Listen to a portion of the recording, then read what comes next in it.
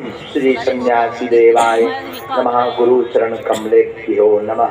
श्री सीताराम भगवान की, बागेश्वर बालाजी की, गौ माता की, गंगा मैया की, आर्यो वेदाचार्य अश्विनी कुमार की, श्री सीताराम नाम भगवान की।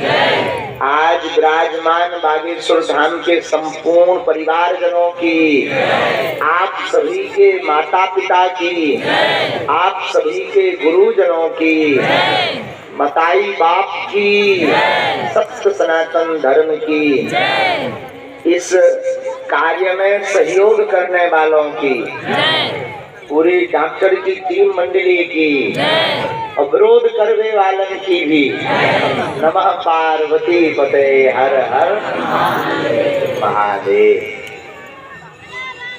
एक किसी की दो लाइन थी, वहां से यात्रा हम शुरू करेंगे। वैसे तो दुआ और दवा की जरूरत सबको पड़े, पर दवा की किसी को ना पड़े, ऐसी हम बालाजी के चरणों में प्रार्थना करते हैं।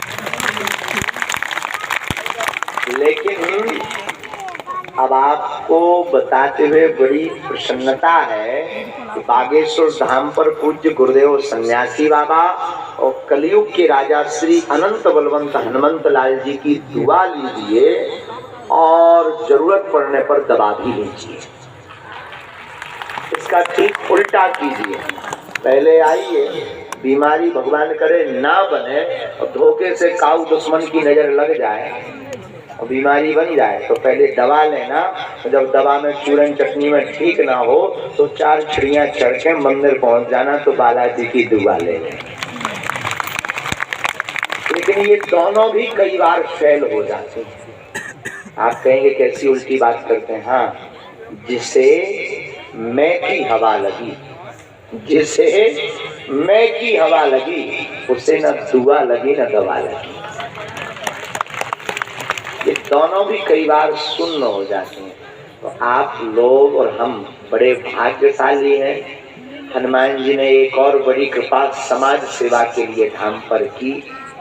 मध्य प्रदेश शासन के द्वारा बागेश्वर बालाजी के प्रिय और पन्ना जिले के जो प्रभारी मंत्री हैं श्री राम किशोर कावरे जी, आपने जो कार्य किया आज तक के इतिहास के लिए, धाम के लिए बहुत अद्भुत कार्य किया है। इसलिए दोनों करतल ध्वनि से जय श्री राम जरूर जोर से बोलिए। जय श्री राम, जय श्री राम। बागेश्वर धाम में विकास स्वभाव पर तो स्पीड में पहली बार हो। काम तो बहुत है, बहुत काम है। मतलब बालाजी की कृपा वाले अलग है, लेकिन किसी व्यक्ति विशेष की भावना के जो कार्य हैं वे तो बहुत भय। काऊ ने मंदिर बनवाओ, काऊ ने निर्माण करवाओ, काऊ ने पानी को व्यवस्था करी, सरकार ने लाइट की व्यवस्था करी, तो कोई सरकार ने इनको अतिक्रमण भी हटवाओ।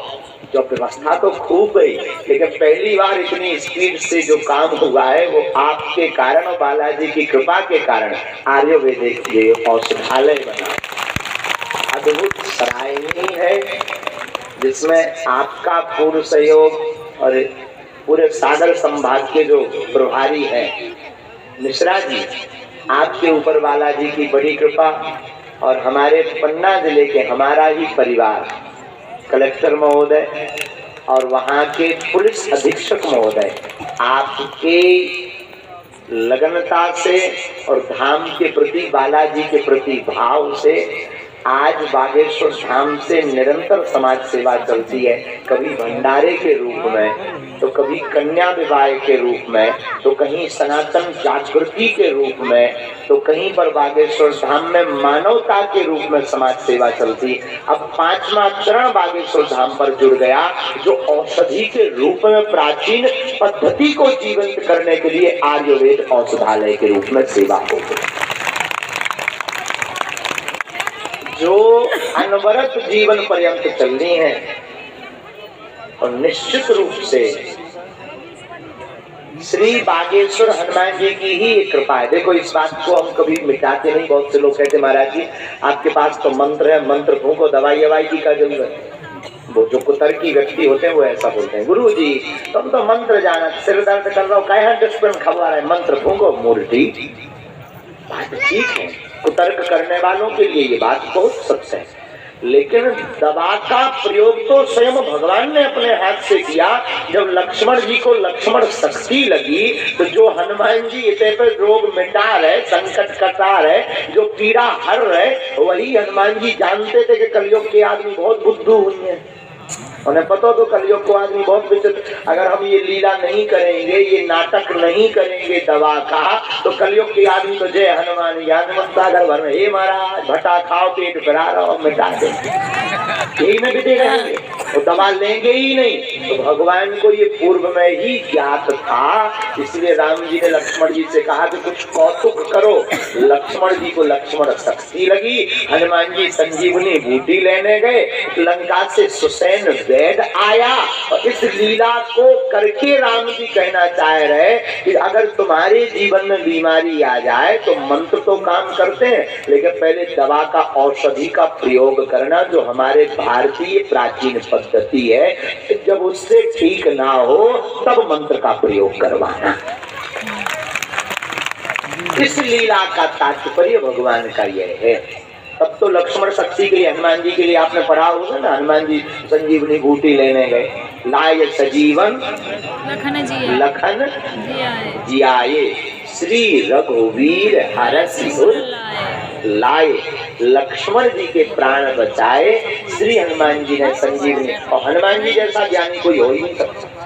धन्य है वीर बजरंगबली, जिनके धाम में हम बैठे हैं, जहाँ पर आपके कारण और भारत सरकार, मध्य प्रदेश सरकार के कारण और सबके सहयोग के कारण जो औषधालय खुला है, जिस धाम में खुला, दोनों का मैचिंग बहुत खतरनाक है। धन्य रे वीर बजरंगबली, वही लीला बागेश्वर धाम पे कर दी। उनसे कहा संजीवनी बूटी लाओ, लेकिन जब बूटी ले गए तो पूरा पहाड़ चमकत रहा है। तो धन्य है हनुमान जी, बोले अब एक बूटी कहाँ खोजिए, सीधो पहाड़ ही हो चलो। मानो ये बात हम इसलिए कहना चाहते कि हनुमान जी ने औषधालय भी अपने नजदीक ही खुलवाओ। 4 चिड़िया चढ़ो सो मंदिर, 4 चिड़िया उतरो सो बढ़िया अस्पताल को लगाओ, औषधालय को लगाओ। मानो हनुमान जी कहना चाह रहे कि 2 ही बगल ही में, तुम्हें भगने की आवश्यकता कहीं नहीं है। धन्य हनुमान जी, ज्ञानी नामाग्रगण्यम की जब चर्चा चली है तो हनुमान जी जैसा ज्ञानी कौन हो सकता है। औषधालय खुला है तो हनुमान जी पूरी पहाड़ लेके आए, पूरा पहाड़ इकट्ठा उठा ले आए। अब उठा ले आए राम जी, बोले पहाड़ तो आगो, लेकिन वेद कौन? तो किसी ने कहा भाई लंका में रहते, जामवंती जी ने कहा लंका में एक सुसैन वेद ले आओ। धन्य हनुमान जी। अच्छा आदमी जातो तो दरवाजों खटखटा तो भैया चलो बीमार पड़े हम दवाई दो, दुनियादारी। धन्य हनुमान जी जैसा कौन हो सकता। हनुमान जी वेद को मकान में उठा लिया है, सीधो मकान, बोले चलो। तो किसी ने कहा कि मकान क्यों? तो हनुमान जी ज्ञानी नामाग्रगण्यम तो है ही। हनुमान जी मानो कहना चाहते हो कि देखो भाई, अगर हम वेद को ले आते तो वेद नाटक बताता, रावण के डर के कारण के हमारी दवाई तो घर ही छूट गई, आला तो घर ही छूट गया। तो 3 तेरा के न जाने कौन कौन और कह देगा। और शायद हो सकता रावण जागृत हो जाता तो रावण सेना भेज देता, मकान से निकल लेना पाए थे, एक ही बैद है, निकल लेना पाए बाहर, लग जाओ दरवाजे पे। हनुमान जी बोले मकान ही ले चलो, तो ढूंढत रहे, जब मकान ही नहीं है रखवाली किसकी करेंगे। हनुमान जी जो सीधा मकान लेकर के आए और वैद को लाए। वैद ने कहा संजीवनी बूटी लाओ, प्रातः काल होने तक संजीवनी बूटी लेकर के आओ, सूर्योदय ना हो पाए। धन्य श्री हनुमान जी। सूर्योदय के लिए हनुमान जी वैद से कहते हैं तुम चिंता मत करो, बूटी को नाम बताओ सूर्योदय, तो सूर्य भगवान हमें अच्छे से जाना कल के। हाँ बोले तुम चिंता ना करो, वे नहीं आएंगे। वैद कहता है, बोले और तो ठीक है। वैद को बताता कि जो कौन बूटी है उन्हें बहुत दूर है, बोले इन्हें बचना है नहीं, तो बोले बूटी ले आओ, लेकिन एक शर्त है, संजीवनी बूटी लाना सूर्योदय के पहले। हनुमान जी बोले उसकी चिंता ना करो, टाइम बाउंड हमारी लाइफ में है ही नहीं है। बोले मतलब, बोले सूर्य भगवान जानते हैं कि हमने बचपन में नाश्ता में उन्हें ली लो तो बाल समय रवि पक्षी तब 3 लोक भयो यारो ताही तो त्रास भयो, जब कोई है संकट काहू तो जात न टारो, देवन आने करीब नीति तब छाड़ दियो, रवि कष्ट निवारो, को नहीं जानत है जग में कभी संकट मोचन नाम दे।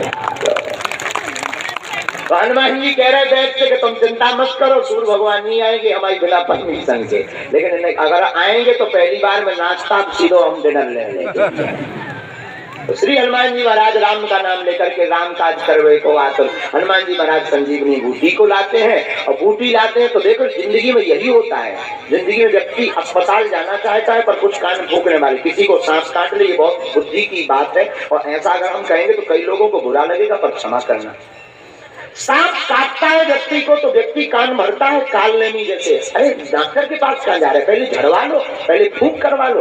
मंत्र हैं, हम मंत्र के विरोध में नहीं है, पर वो मंत्र बोलने वाले नहीं बचे हैं। ऐसे ही हनुमान जी जब बूटी लेने जा रहे हैं तो काल लेनी सीताराम सीताराम सीताराम मंत्र गा रहा है कि कहाँ जा रहे हैं, रुक जाओ। काल लेनी का मतलब भी चक्र है। और आज के समय में भी बीमारी हो जाए तो किसी के कानों के चक्कर में मत पड़ो, पहले दबा लो, जब दबा से ठीक ना हो तब हनुमान जी के चरणों में आकर दुआ ले लो।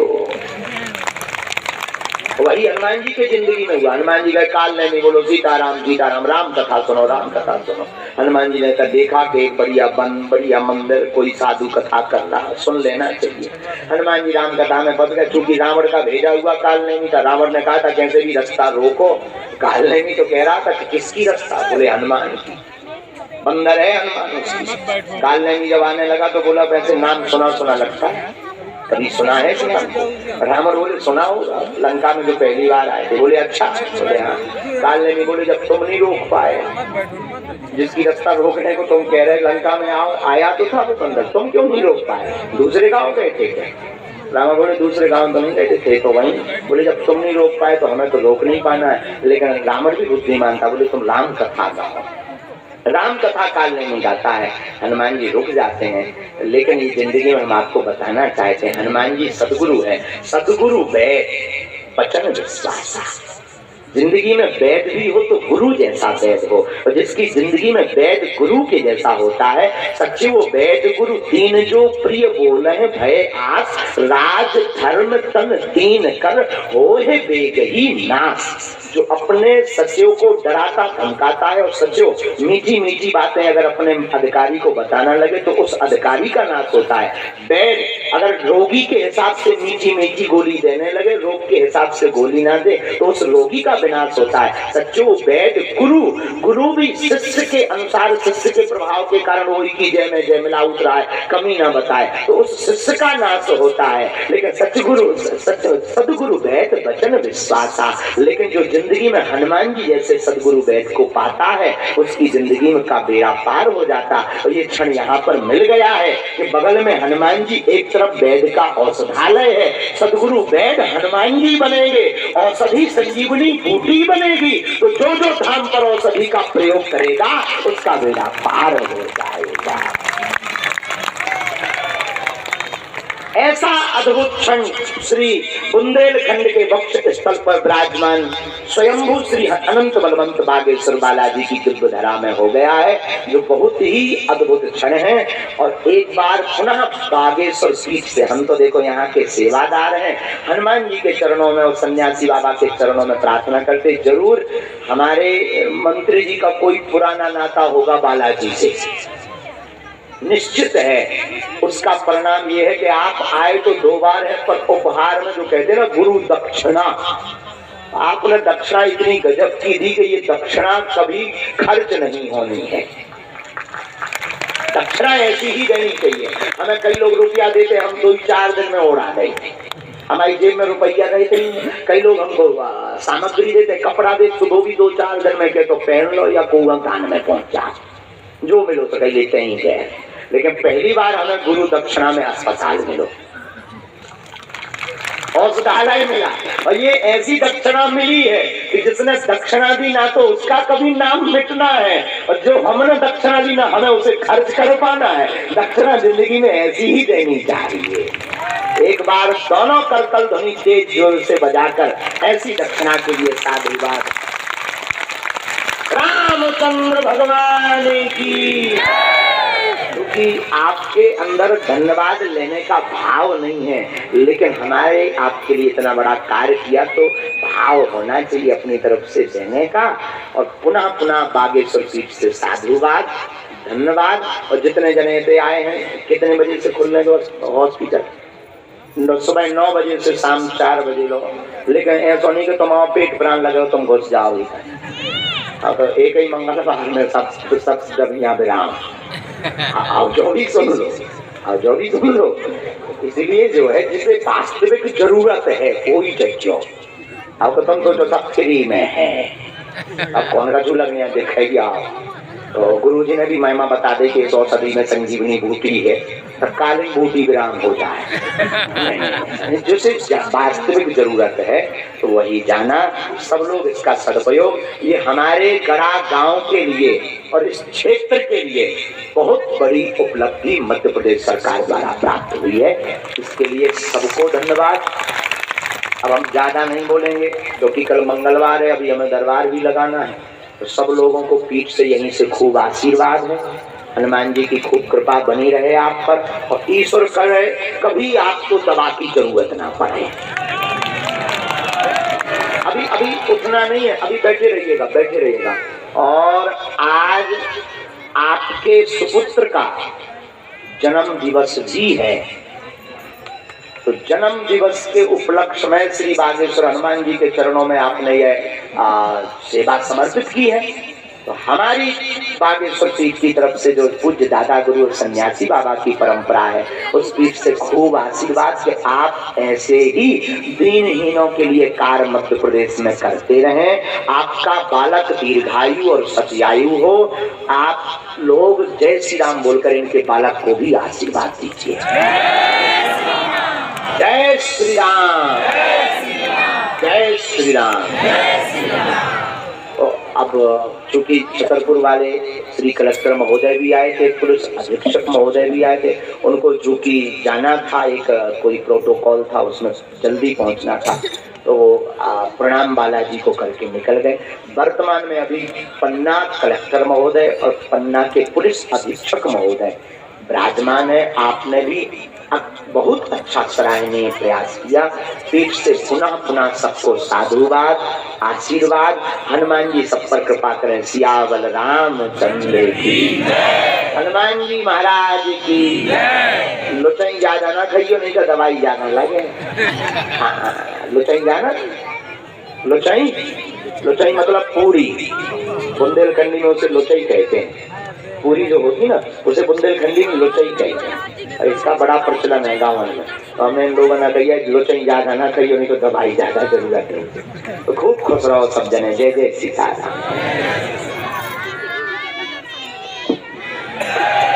बोलिए बागेश्वर धाम की, बोलिए बालाजी सरकार की, बोलिए पूज्य गुरुदेव भगवान की।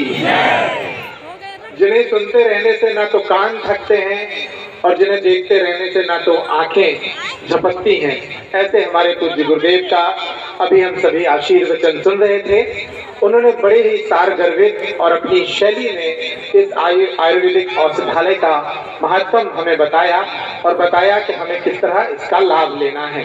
आप लोग कुछ क्षणों और अनुशासन के साथ बैठे रहेंगे। बागेश्वर धाम के शिष्यमंडल को ये दिखाना चाहिए कि वो बहुत ही सभ्य और अनुशासित शिष्यमंडल है। जितने लोग यहाँ पर हैं अभी 10 मिनट और बहुत अनुशासन के साथ विराजेंगे। इन क्षणों को यादगार बनाने के लिए चूंकि मध्य प्रदेश शासन के आयुष मंत्री की गरिमामयी उपस्थिति यहाँ पर है, और जैसा कि गुरुदेव ने कहा कि दक्षिणा स्वरूप उन्होंने एक ऐसी वस्तु धाम के लोगों को प्रदान की है जो कभी खर्च नहीं होगी, तो हम भी अपनी ओर से उन्हें स्मृति चिन्ह इस अवसर पर देना चाहते हैं जो उनके घर में रखा जाए और उन्हें सदैव ये स्मृति दिलाता रहे कि उन्होंने एक स्थान पर बालाजी के चरणों में अपनी दक्षिणा दी है। मैं स्मृति चिन्ह भेंट करने के लिए आमंत्रित करता हूँ दीदी मिश्रा जी को, सौरभ जी को, कि वो महाराष्ट्र के करकमलों से स्मृति चिन्ह हमारे मंत्री जी को भेंट करावे और ये तस्वीर जो सदैव उनके काम आए, ये अनूठा क्षण हम स्मृति स्वरूप उन्हें ये भेंट कर रहे हैं कि बागेश्वर धाम शिष्य मंडल का प्रेम है, छतरपुर के आयुष विभाग का ये प्रेम है। इन्हीं क्षणों में हमारे बीच गरिमामयी उपस्थिति उनके बड़े भाई की भी है, उन्हें भी हम स्मृति चिन्ह भेंट कर इन क्षणों को यादगार बना रहे हैं। यहाँ जो लोग हैं उनसे आग्रह है कि अंदर रहें। ये जो लोग मोबाइल ज्यादा चलाते हैं ये बड़ा गलत करते हैं। जब कोई कीमती दृश्य हम अपनी आंखों से देख सकते हैं तो हम आंखों से न देखकर उसे मोबाइल में कैद करने लगते हैं, फिर यही दृश्य हम मोबाइल में देखना चाहते हैं। तो जब वो आंखों से दिख रहा है तो मोबाइल पर क्यों बनाना है? ये सारी चीजें आपको बागेश्वर धाम के जो पेज है फेसबुक पेज, उस पर मिल जाएगा। ये पूरा वीडियो साफ स्वच्छ तरीके से मिल जाएगा। तो आप डिस्टर्ब ना करें अपने पीछे वालों को, मोबाइल नीचे कर लें और नीचे बैठ जाए। पूज्य गुरुदेव का आदेश है कि आप सभी बैठ जाएं। आप लोग सुन नहीं रहे हैं। यहाँ जो लोग खड़े हो रहे हैं, यह अनुशासनहीनता है। वहां 2 सेवादार जाएं और सबको नीचे बिठाएं। और अब इन क्षणों के आखिरी उद्बोधन में मैं बागेश्वर धाम बगिया के सुगंधित पुष्प हमारे बड़े भाई सतानंद गौतम जी को आमंत्रित करता हूं आभार प्रदर्शन के लिए। वो आज के कार्यक्रम पर आभार व्यक्त करेंगे। साथ ही और जो मंशा उनके मन में रह गई हो वो भी मंत्री महोदय के समक्ष रख सकते हैं। सतानंद गौतम जी। बोलो बागेश्वर धाम महाराज की, बोलो बालाजी सरकार की।